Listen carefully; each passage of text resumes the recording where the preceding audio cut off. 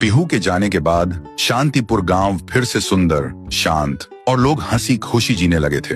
एक रात गांव में एक शादी हो रही थी। पूरा गांव शामिल था। सब धूमधाम से शादी मना रहे थे और तभी गुड़िया जमीन में लेटे हुए आती है और अचानक उठकर सीधा दुल्हन को खा जाती है। ये देखते ही लोगों के बीच में अफरा तफरी मच जाती है। कोई भागता है, कोई चिल्लाता है और वो गुड़िया खड़े होकर एक बच्चों जैसा गाना गाती है और फिर एक के बाद एक सबको मौत के घाट उतार देती है और फिर वो गायब हो जाती है।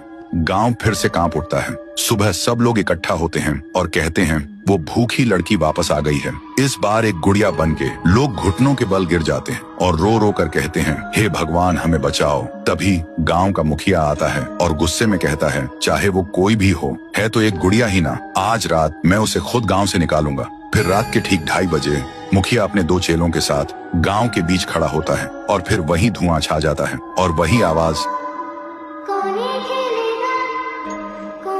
वो गुड़िया धुएं से निकलती है और सीधा मुखिया के पास चल के आती है।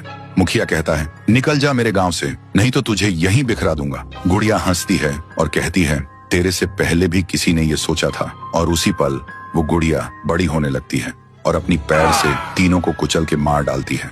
सुबह जमीन पे सिर्फ खून के धब्बे रह गए थे, लाशें जैसे हवा हो गई हो। लोग समझ गए ये कोई आम गुड़िया नहीं,